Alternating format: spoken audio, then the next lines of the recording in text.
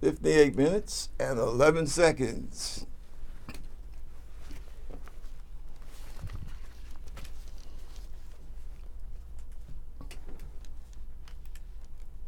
Well, hey, folks. I hope everybody's having a great Saturday afternoon. And this is Bob Gums. I'm your host for the Concerned Forum. And as the old Chinese man said, may you live in interesting times. And I believe that was always meant to be some type of curse. Well, if that's what he meant, then he hit it right on the button. Because seeing all of the shenanigans in today's White House, America is definitely cursed in these modern times. Well, like I said, this is the Concerned Forum, and today I have a very interesting guest. I'm sure those of you who are familiar with the show, you've seen my good friend and mentor, Mr. David Straham. But before I go into the whole introduction, you know me, there's just a couple of things I have to get off my chest, quite frankly, because I'm so damn angry, to be honest about it. Listen, I think folks in the media, and I guess that includes myself, I think that we have to keep in mind that we're living, as I said at the beginning, not only in interesting times, but we're living in such a historical stage right now. And we have to keep in mind, we, the media, must keep in mind at all times that we're trying to cover with and deal with the first time in American history where we have a president which right now the odds look very good that this guy connived with a hostile nation to get into the presidency. Now, this is not something that I just thought up Saturday morning. This is real. There's about, at least that I know of, 5 separate investigations happening right now as I speak to you, involving our president, involving, I don't know what the hell his son-in-law is, special assistant, chief of staff or assistant chief of staff. Hell, I don't know with that family. But it does involve his son-in-law, his oldest kid, and his daughter. She's been investigated for investigators who go to her factories, which, by the way, are located in China. And this is from the family that's always yelling about Buy American. But people have actually gone out there and have become missing, investigating how workers are treated in her factories. So I think that this is going to be a presidency full of investigations. Now, I know that some folks might disagree with me when I say that this thing is turning out to be a hell of a lot bigger than Watergate. But it is. And like I said, although we've had all types of presidents in the past, believe me, this is a first. You know, we've never had, it's almost as if Benedict Arnold, okay, won the election. And I think it would be fair enough to say that this gentleman has been able to bamboozle, I would say, a little less than a third of the country. And I think it's a damn shame that we as Americans have allowed less than a third of the country to basically control our lives. And that's what we have right now, even in the matter of healthcare, which we will be getting into later. Now, I know that you folks in the red states, so-called Trump country, especially in places like West Virginia. You know, you boast about your patriotism. Well, I'll tell you, this black New York City kid, born right out of the Grant Projects, and a former member of both the U.S. Army and the U.S. Navy, and had the honor to serve in both the White House and the Pentagon, entrusted with my country's highest secrets, and unfortunately also partially disabled vet. I'm telling you right now, to your face, your patriotism is not all that you think it is. Now, I believe that 20 years from now, historians will look and say, why did they do it?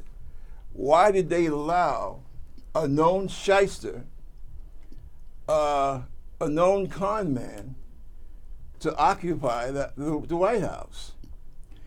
And I have to say, I think that race plays a part, to be quite frank about it. And I will tell you right now, I think that's you, baby. And I would tell you, it looks like the Russians' dream of dividing America has come to full fruition. And I think that a lot of us who are not well versed in international affairs, global politics, really don't understand, because you have people walking around saying, oh, well, Russia, why is it always about Russia? Well, for a couple of reasons. Russia, almost from the time they became a world power, their big thing has been to destabilize the West, not just the United States. You see, this thing about interfering in elections, and when I say interfering, I'm talking about actually trying to steal votes or move votes around. They have been doing that to other nations, France, especially France, Germany, and Austria. So this is not some kind of exercise for the Democrats to play until the next election. This is real. This really, to tell you the truth, it's apolitical, if you want to know the truth. They could have just as easily picked Hillary. But that wouldn't have happened, as I think about it, because, quite frankly, the Russian government hates her guts. Because every time Putin loses one of his political opponents out of a window, our State Department criticized him for it, saying it's bad enough if you try to find your reporters that criticize you, but don't leave their bodies laying around the street. And that was a piss-poor attempt at humor on my part. But you know what? It's true. There have been nothing but a trail of dead bodies since 2015, when they were cooking up this caper.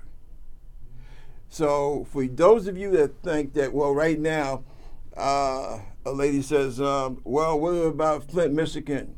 These people still don't have clean water. Or what about the healthcare issue? Well, number one, you have local congressmen, local state reps, okay? That's supposed to be their job. But if they're not doing their job, then you need, next election, to yank them out of there. Because the fact that you don't have clean water in Flint, Michigan is a disgrace. And I agree with that 100%. But it's not because of the fact that we're trying to find out who's helping the Russians to try and take over our country. And as you folks are quite rightfully concerned about health care, well, there again, do you really think that having a Republican junta in the White House from red states, do you think that you're going to get better health care? And for you folks in the red states, if you honestly believe that Donald Trump gives a damn about your health and well-being, then unfortunately, my friends, you have been fooling yourself. Because we have seen the bill that came out of the House of Representatives. 24 million people dropped from their health care. And I also have a bone to pick with so many of you that said, oh, well, you know, Trump, Hillary makes no difference. Oh, really? Do you really think a Democrat would have put 24 million people off of a program that has been guaranteed for the last 7 years, thanks to President Obama? I was not that much in favor of Obamacare when it first came out. I believe that we should have single payer. But as you take a look at that Republican-dominated House of Representatives and that Republican-dominated Senate, and you take a look at the madness that these people have cooked up. Now, some people are going to get really angry with me when I say this next point. And I'm not saying each and every Republican. Remember, my dad and my mom were Republicans. But I'm going to tell you something. This present-day Republican Party, they have shown by their uncaring, and even as Donald Trump says, their cruel attitude towards trying to find a replacement for Obamacare, it would seem that they have no qualms about letting a good percentage of the lower income population of this country to die. Now, I don't think it's ever irresponsible when one speaks the truth. But the House, what they came up with, 23 to 24 million people dropped from health care, not to mention the two-thirds of the people that live in nursing homes. That's Medicaid. So basically, I get the distinct impression that the Republicans, for the most part, I'm not saying each and every one, but for the most part, they are more concerned or more content with seeing a large amount of people die because they don't wish to spend the money. Look at the amount of money that's being gouged out of Medicaid. Billions of dollars. For what? So that the wealthy can have a tax break. And I think before people talk about, oh, well, you're worrying so much about Russia in the Democratic Party, what about things that concern us in their everyday life? Do you honestly think that they're not related? I think that what we need to do, we need to start practicing a little more political smarts in this country. Now, I have a great guest here this afternoon, and I guess he's going to speak on another angle, the angle of race. And this is, as you know, Mr. David Straham, the journalist, the author, the activist, the educator. I could be here all day, but he knows he's great. Okay, you touched on a number of things that are of interest to me.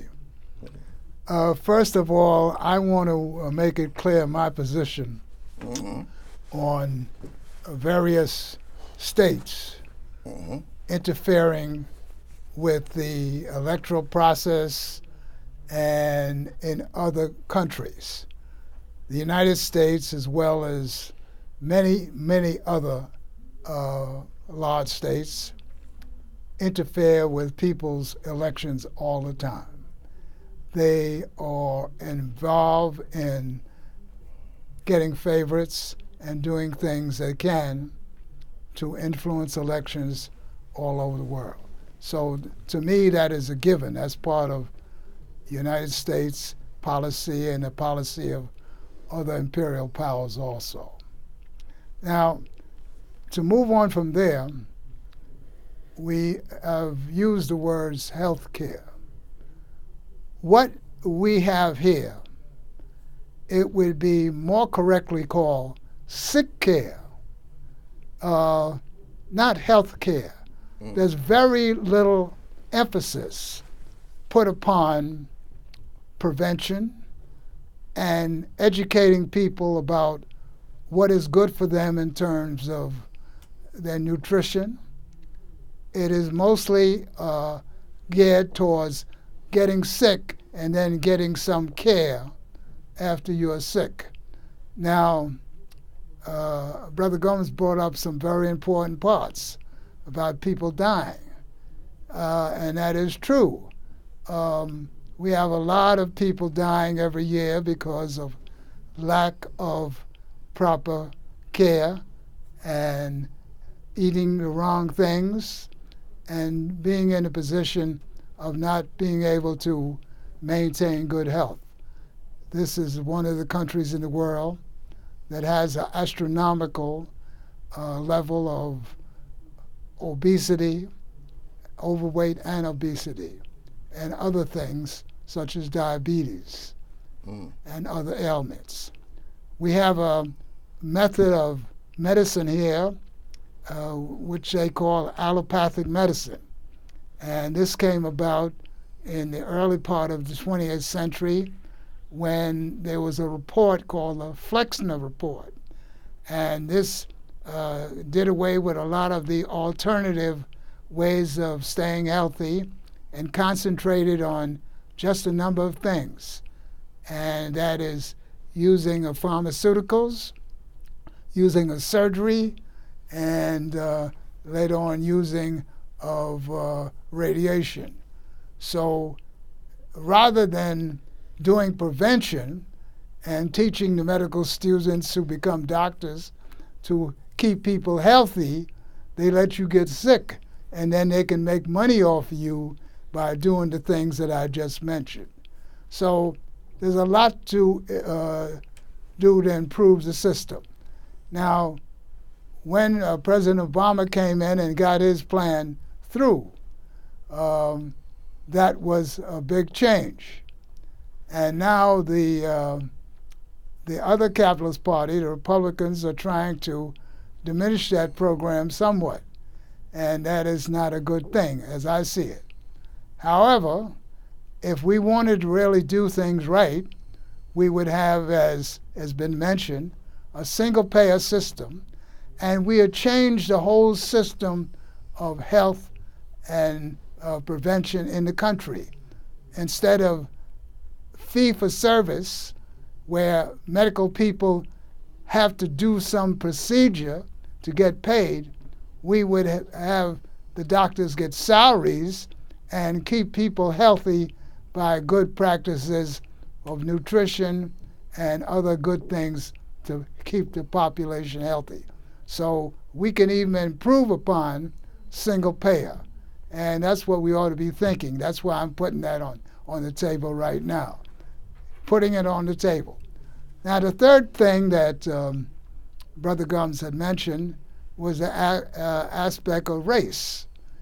And when we get to race, I have to be very clear that the system we have here in this capitalist society is a system called white supremacy racism. And it's important to mention this because this came into law during the 17th century after Bacon's Rebellion in Virginia. The ruling class, the ruling people here, the people who came over as pilgrims or settlers and ethnically cleansed the indigenous people, who some of us call Indians, and went on to commit genocide for most of them. There were millions of them at that time, and by 1900, according to Noam Chomsky, the census said there were only 400,000. So the point is, the rulers saw the necessity of divide and conquer. So racism is the key item, and in order to maintain control in the hands of a few people at the very top, you have to divide all the people. And that's where you come up with this idea of the white and black and red and yellow. All this is ridiculous because all these people, regardless of what their phenotype is, and phenotype has to do with the way they look, they're all the same people. Now, people have different looks. Some have light skin, dark skin.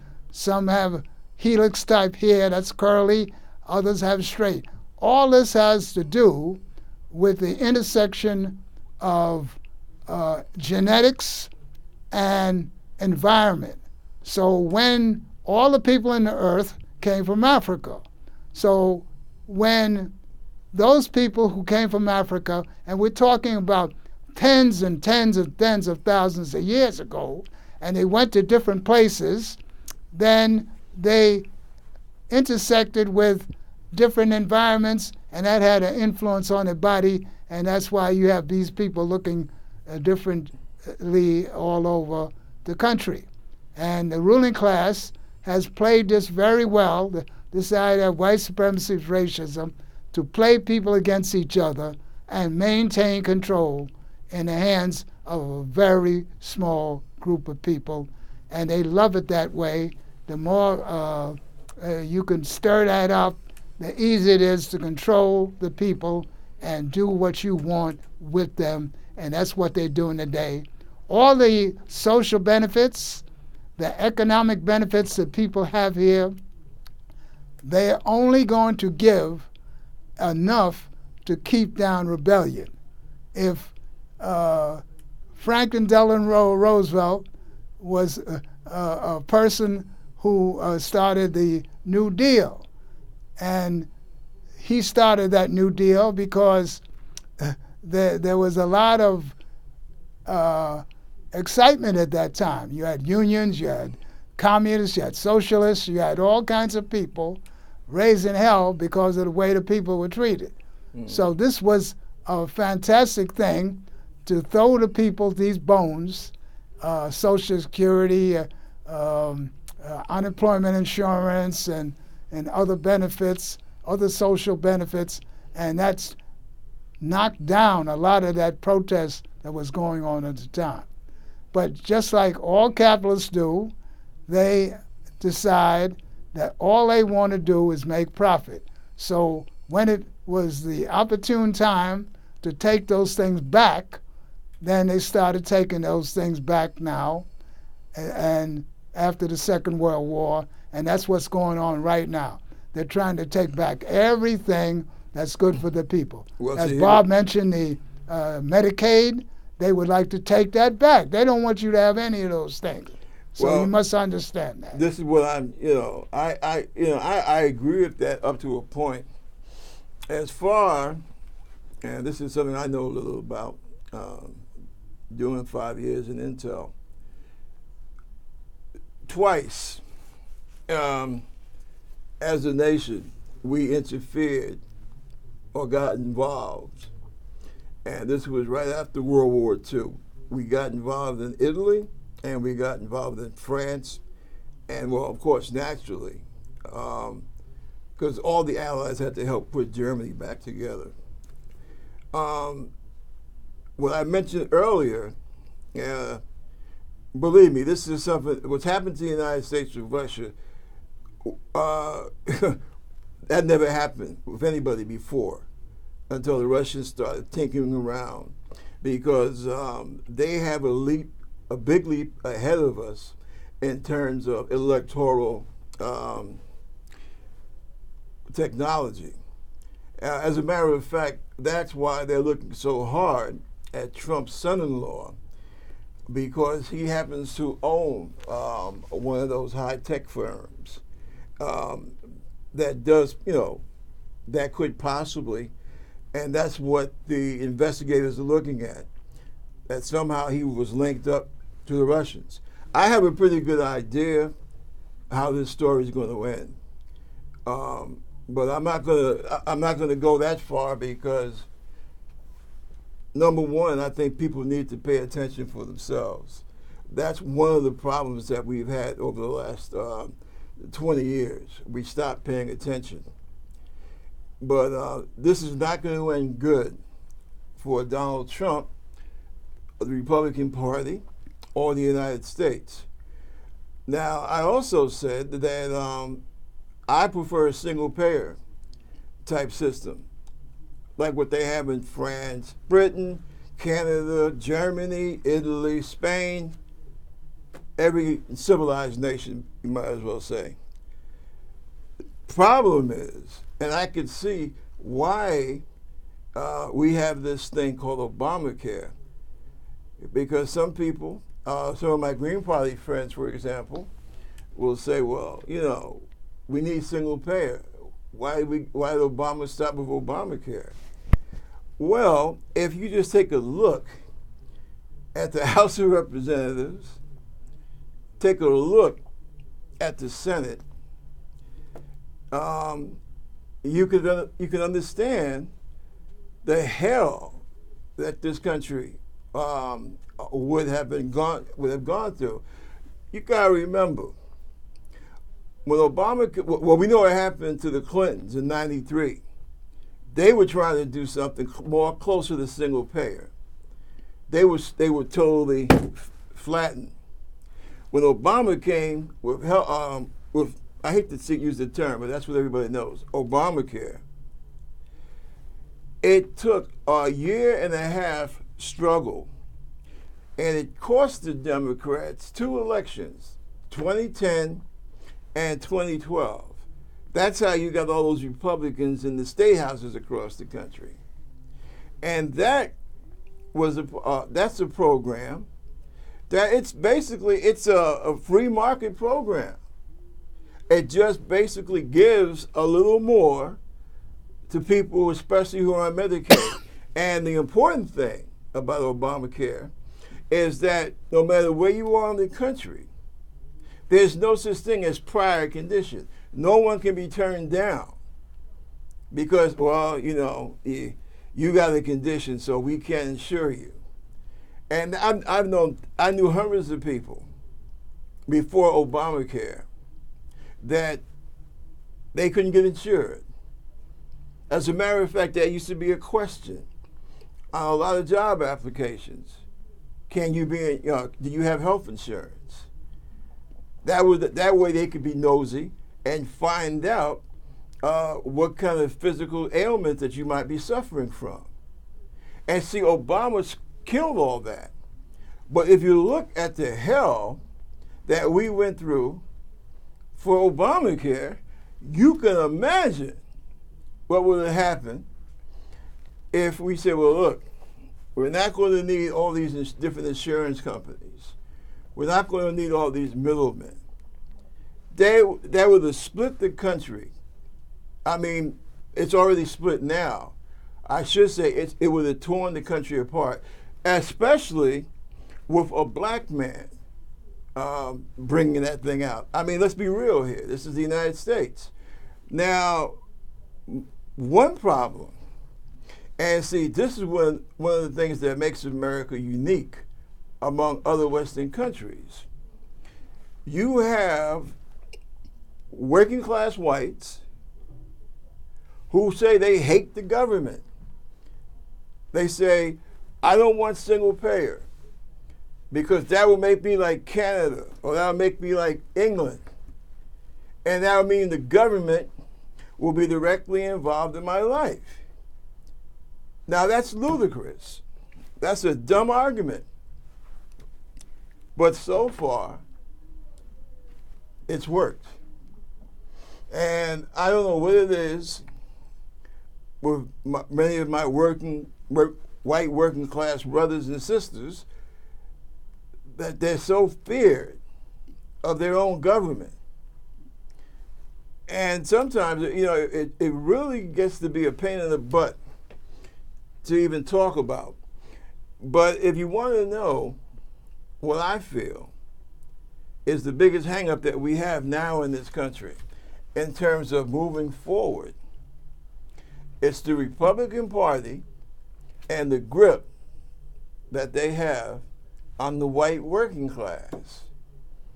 Some of that, because everybody got some blood on their hands on this one, some of that, it is the fault of the Democratic Party.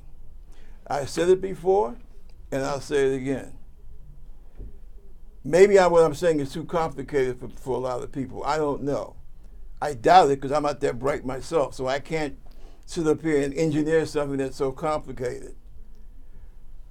Hillary Clinton was the wrong person at the wrong time. I know a lot of folks out there on my side of the fence, they don't want to hear that. But it's true. As I sit and I look at it and I think about it, and I look over the past 30 years, it is true. Hillary Clinton did not know how to reach out to the white working class. There's a lot of baggage there, a lot of wounds there, a lot of it self-inflicted.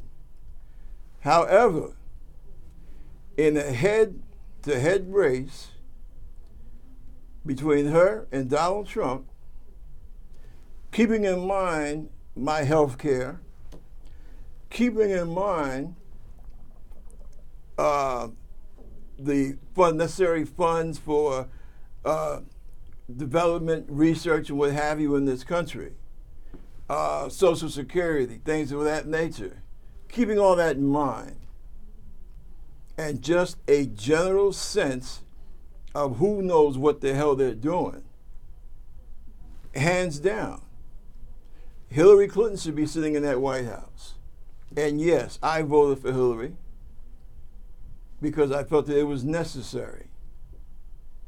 For all you folks out there that didn't vote for Hillary, as you see the Republicans under Donald Trump, and I shouldn't laugh because it's not funny, taking away your health care, you keep that in mind. Because I don't care what anyone says, no Democrats would sit up there and plot the end of Social Security, plot the end of Obamacare. Quite frankly, and I think Obama even said this himself one time, that Obamacare is only a stepping stone to something better, possibly what you see in other Western countries. And by him saying that, of course, that only means he was talking about single payer, because that's what all the other Western countries have. Oh, by the way, for my white male brothers out there, guess what? If you live in another Western country, your life expectancy suddenly improves for some strange reason. Yeah, that's right. For white American males, if you move to Canada, France, even England, for some reason, your life expectancy goes up. And I think that's pretty damn scary. But again, I believe that race is a factor because, especially in so-called red states, Republicans have almost programmed the white working class to believe that anything with government is bad. And the more government, the more horrible it is. Figure that out. Well, as I see it, because I can't. as I see it, we have a system called capitalism here, and capitalism, as I see it, is a failed economic system. And I say that because it does not provide for the masses of people.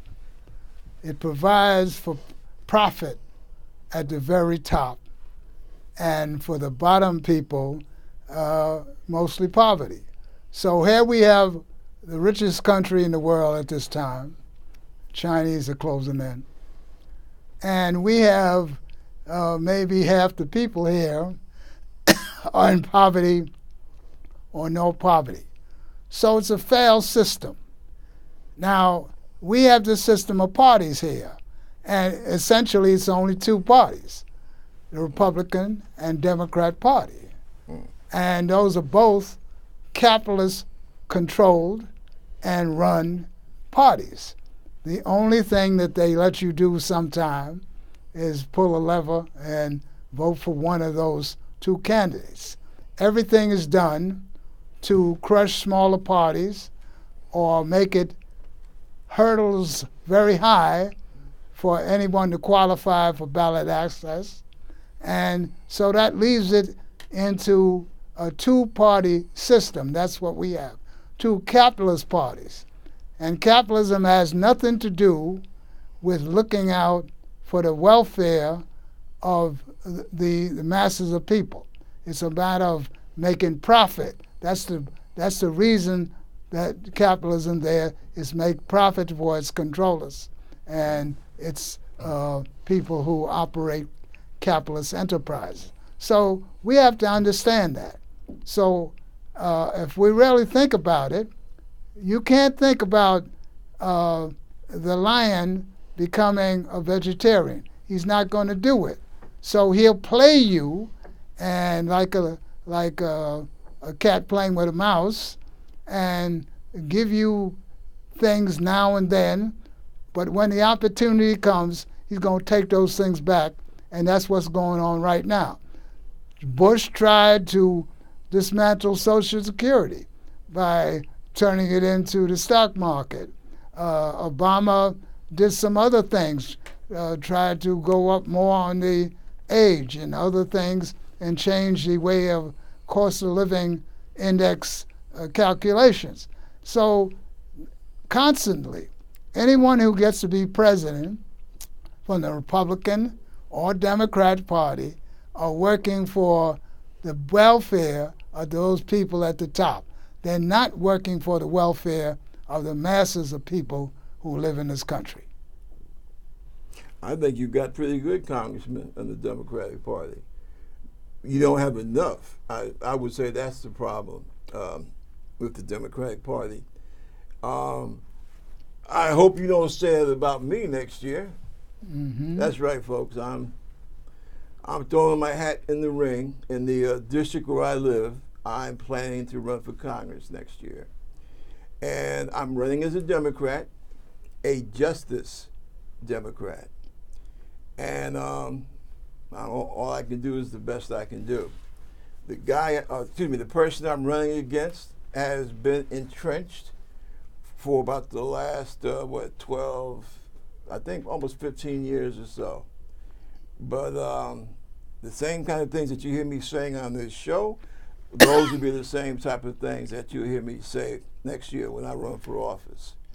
Having lived in the modern South, when I say modern, I'm talking about the 80s and 90s, I can tell you, and I'm not here to flag wave for the Democratic Party because they have their fair share of faults, frankly. They have a tendency to be cliquish. You know, every area that you're in, it's always a clique. And I think that's a problem. I also think that another mistake the Democratic Party makes is that they, a lot of the times, they get people right out of college, and you should have some college people there. But I think that you also need to have some working class people there. Maybe a plumber, maybe a cop, maybe a nurse. You know, to basically keep it open, because it's a problem. It is a problem. That's what turned off a lot of white working class voters. You even see that in some of these so-called political TV shows. You know, everybody's from Yale or Harvard, Dartmouth, and they talk about their, they'll make little cracks about their school's football team, and, working class people don't, they love football, don't get me wrong, but being working class in America, it can be hell. And I think that's something that a lot of folks in the Democratic Party forgot. Now, I'm not going to be a hypocrite. I'm working on my master's degree. and the Navy was what got me my helped give me my bachelor's degree, because I was able to go to school for a much smaller amount than the average person. But I think, and I understand what you're saying, Dave. You don't think I don't. I do. But you're talking about, I would say, the difference in tactics, not an overall strategic thing. I'll give you an example. And I'm going to write the mayor a letter about it also, since I'm one of the people that helped get him elected. In New York City, and New York State in general, New York City in particular, this is where you really see the cliquishness of the Democratic Party. And that does not help. That doesn't help the situation. It truly doesn't. And then you have a mayor, this guy, he's scared of his own cops, number one. And sometimes he says things that I think are really, I don't think he's a mean-spirited person. But I do believe that sometimes he says things without thinking. Like he made a crack, it was in the Daily News, I got it at home, about panhandlers. And one of the things he said was, well, some of those people do it for fun. Well, guess what? I used to be a panhandler. That's right. I came back home to a wife that was getting ready to die. And after a few years, we had to leave Baltimore because the health care she got wasn't worth a crap. That's another thing that I know about the whole health care situation. Come back up here to the New York area, and sometimes my son and myself, we would go door to door, and I'd be asking, was there any kind of work? Why did I do that? Couldn't find daycare for my kid.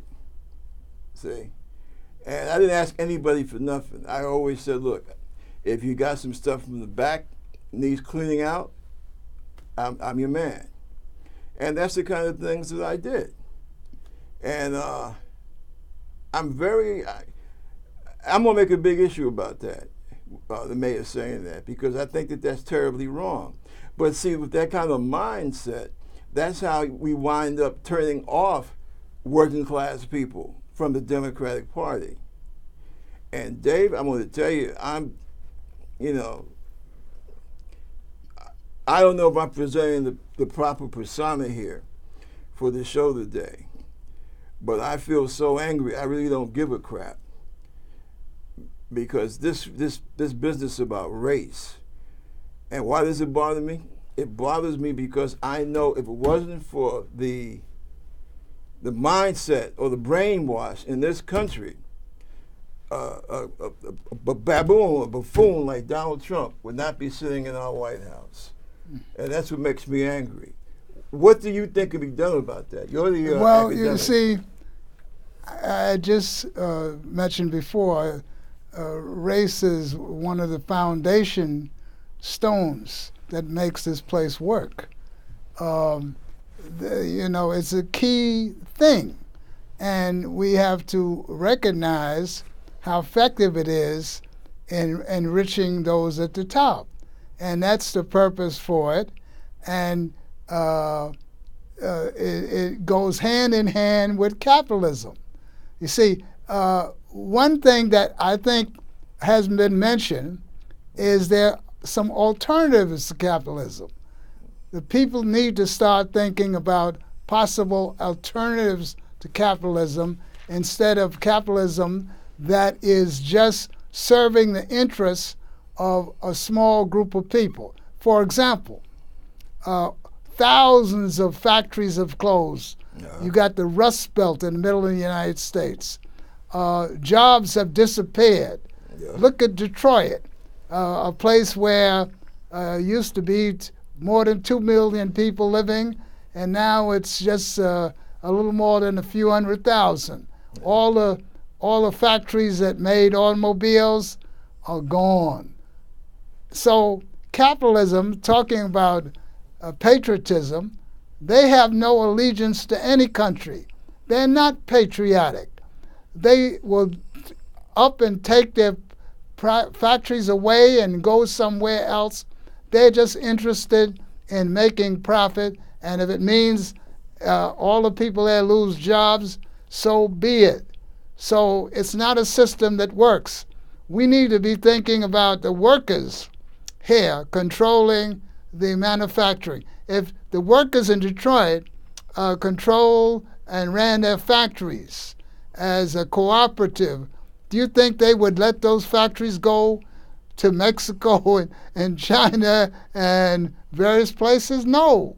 So we need to think about changing our system from a capitalist system to a cooperative system where workers would control and own the businesses they worked in, and nobody would be shipping their jobs overseas, offshoring jobs. That would not happen. So we need to think about things that are not touched on in schools or colleges at any level, because they don't want you to think there's anything but capitalism, and they get you thinking ridiculous stuff like Trump talks about and others about jobs. They're creating jobs.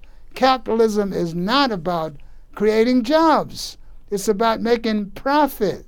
So if you want to make profit, you're going to do whatever is necessary to make that profit, and you don't give a darn about creating jobs. So the workers have to understand that and get by this racism that's served to them by the ruling class. All the people here, white and black and red and yellow, and should be together. The workers should all be together, not fighting each other and doing what's necessary. The capitalists are unscrupulous. Look what's happening with these H-1 visas. They're even going overseas and bringing people here and firing American workers and hiring somebody from some other country so they can pay them less on contract. You see, so people need to get it together. These people are unscrupulous. They don't care anything about the people. It's all about profit. And when you talk about health care, we didn't mention that a significant part of what people are paying for health care has to go with administrative costs to insurance companies. We're paying for people to make out forms and do clerical work rather than health care for the people. So we need to start thinking about some new things, new ways of doing business, new ways of taking care of our health, including prevention and teaching people what to eat and all the things that are completely ignored by doctors. Doctors don't go to medical school to learn about nutrition. They learn how to fix stuff to do a fee-for-service. Like I mentioned a little while ago, I'm planning to run next year. And those are a couple of things that I'm going to run on. Mm-hmm. Cooperative manufacturing. And you know what? This business about the HB1 visas, rather than training people here, right. They're getting the people an H1 visa and bringing them over, and a person here could be trained to do the job. Exactly. But they don't want to pay them here, you see. Then there's one other thing that I think is very important for veterans. Everybody should know that under Bush, they took a lot of veterans, people like me, off the rolls of the veterans hospitals. So they got rid of 800,000 veterans of the United States could no longer go to the veterans hospital. Well, I'm lucky. That they did that. So some people were grandfathered in. Maybe you're lucky, and my brother, he's lucky too. But people like me, Bush found a way to get rid of us. So that's what they did, getting rid of 800,000 veterans. I wonder if you go over to Germany or Japan, I'm sure they don't treat their veterans like that. Oh, no. And how do I know this? I've been to Germany. As a matter of fact, I would say Germany is the country I have been to most, adding up when I was in the Army and then again when I was in the Navy. It would be between Germany and Italy. And it's a funny thing because they see that Italy is having problems with their economy, but they do some of the same. It's the same thing. You know, you don't treat people like garbage. And that seems to be something that we have gotten used to in this country over the last 20 years. I swear, I have a hard time remembering this country from the late 60s. This ain't the same place. And I know, see, they'll have some right-wing schmuck or conservative schmuck come on some TV show and say, well, yeah, you know, times have changed. No, time does its thing. If you're standing up talking, time is passing. If somebody takes a rock and bangs you in your head and you're unconscious, time is still moving. So it's not time, it's people.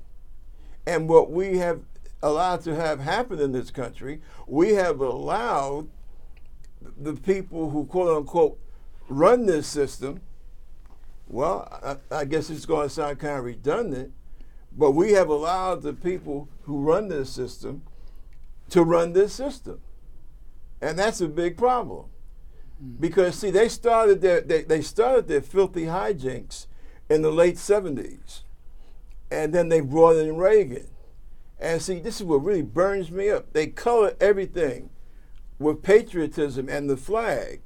Oh, I don't want single-payer health care, said the man with no teeth, a kidney condition, right? If he had single-payer health care, he would never have to worry about being seen by a doctor again. But he's been taught that he shouldn't take anything from the government, that the government's bad. That's for the black folks and Hispanics. They're always the ones with their hand out. You're making a very interesting point here, and I'm going to respond to that. You know, most people don't understand that if you think about welfare, it's the rich people here who are on welfare. If you go to some websites like Good Jobs First, you will see that all these capitalist corporations who are supposed to be interested in the free market are getting all kinds of, from every state, and the government, federal government, getting all kinds of subsidies, tax breaks, infrastructure development, training being given to people who's going to work there. All these benefits or welfare programs to help corporations. And yet, these people talk about poor folks who are getting a small check as, terrible people. Yeah. But the corporations in every state, you can look it up on your computer, all of them are getting all kinds of subsidies and benefits from tax money. They're doing that in New York and all the other states. So, but no one talks about that. That's never talked about. Never talked. Look at all these billionaires who are given stadiums to play football. Yeah. I mean, it's just ridiculous. So if you want to really see the people on welfare, just look for the rich folks. They're the ones on welfare, not the poor folks. And unfortunately, you come right back to the Democratic Party. And I will tell you, that is the fight that we have right now as we speak, that is going on in the Democratic Party and that is going on in the DNC. When you talk about the two capitalist parties, you're right to a point, okay? What we have now is the same thing that Bernie Sanders was talking about when you talk about the money, corporations and what have you. The Clintons, it really started with the Clintons, okay? And yeah, I did vote for Hillary. Against Trump, yeah, you're damn right I did. But truth be told, it really started with them in the late 80s going into the 90s. You got to remember something, and I don't know if you followed it as closely as I did. Where was I in 87, 80? Oh, yeah, I was in D.C. What happened, partially, it's behind Jesse Jackson, believe it or not. Because Jesse Jackson was still talking a lot of the stuff that Martin Luther King was talking about, okay? And what happened, you had some Southern Democrats, the Clintons being among them, that said, we got to try to hook stuff up so that we can never have another Jesse Jackson, basically rocking our tree, right? Because you got to remember now, Jesse Jackson won some primaries, some states that they didn't expect this guy to win. Like, I believe he took Michigan, if I'm not mistaken, and I think he took Illinois, if I'm not mistaken. And they said, well, no, we're not going to go that way. And so what happened, the Clintons, not just the Clintons now, they weren't by themselves, but I don't know, they had the name. Because, Clinton, remember young Bill Clinton was a very dynamic guy. Yes. And they went and they started going around the corporations and to Wall Street, and they started collecting money. And that's what happened with the Democratic Party from that time on. The fight in the DNC now is saying, no, we need to go back to the McGovern days, and even as far back as FDR. Yeah. But you got another section, and they still seem to be holding on. Right. But they're making these small changes. I want to leave you with something. Okay. Here. When you think about the Defense Department, you're thinking about a vast welfare program for corporations. Yeah. They're spending nearly $1 trillion every year on contracts for services and for contracts for hardware, selling thousands and thousands of things that people need. And one of the ways they have of doing this is they make people scared and they tell you, oh, we need these 1,000 new fighter planes at millions of dollars each. All these things are done to give a welfare program advantage to corporations who are picking the pockets of the U.S. taxpayers in this country. And on that note, I see we're really starting around the time, but on that note, I have to say what my brother just sat here and said. He is 100% right. I know, because that's one of the first things I learned when I got to the Pentagon. It's about the money. It's not about the flag. And we need to stop. We need to start realizing that. Listen, this has been a great conversation, and he will be back, and so will I. See you next weekend. You know something? We covered a lot of things. Yeah, that's what I wanted to do. But you know what? You're right. You're right. Because that's exactly what happened. We let, and see, you know what? That's another thing that hurt Hillary, because there were a lot of people like myself who remember those days, who remember what they did in the late 80s. See? And how they started to prep the ground for Bill to run for president. And that's what they did. They started going to the big donors. And who were the big donors? Guys in corporations. And that's what happened. And now that we need the Democratic Party to be out there as our buckler and shield, they're trying to, we're trying to untangle it from the grasp of these damn corporate donors, because that's what's killing the party. But see, you know what? When I run for Congress next year, you know what my slogan's going to be? We have to end we need to begin an empire of value and get away from the whole global concept. That's what we need to do. Because the ideas will never perish. And see, that's what we have to start looking at. All right, hold on a second. I'll get you ready here. Yes. Let me get the shirt off.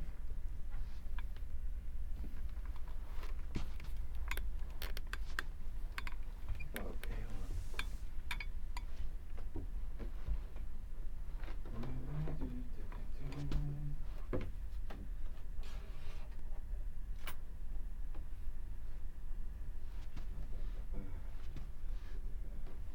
oh, what time was your ride?